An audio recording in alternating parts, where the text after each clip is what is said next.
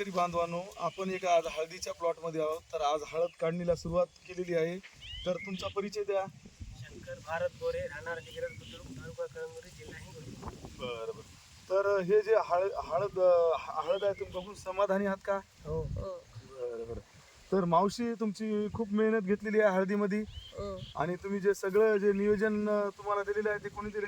दुकानातून आपण मार्फत सर्व माल आणलेला आहे दुकानात. बरं त्या बरं. विचारांना सोडलेला आहे. याच्या व्यतिरिक्त, आमच्या व्यतिरिक्त कुठून काय आणलंय का? नाही.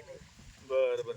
तर या वर्षीच्या याच्या प्रमाण पोझिशन प्रमाण हळद कशी वाटायली तुम्हाला? छान वाटायला तरी तुम्हाला यंदा आवरेज किती येईल?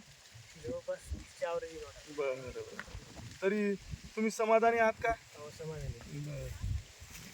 तर याच्यानंतर आपल्यासोबत जे ट्रॅक्टरचे चालक मालक आहेत ते पण आहेत. तुम्ही सांगा, नारायणराव करपे, हळद कशी वाटायली तुम्हाला? हळद नंबर 1ची आहे. ट्रॅक्टरला वळणा झालेली आहे.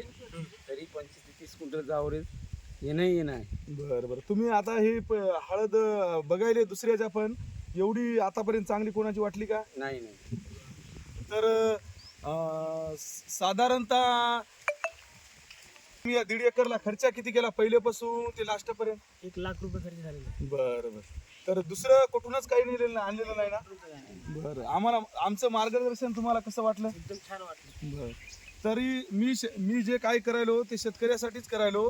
शेतकऱ्यासाठी तळमळ आहे आपल्याला, शेतकऱ्यांना सगळ्यांना हे करायचं आहे. तरी शेतकरी बांधवांनो, तुम्ही माझा विरोध म्हणून काही पण म्हणू नका आम्हाला. धन्यवाद.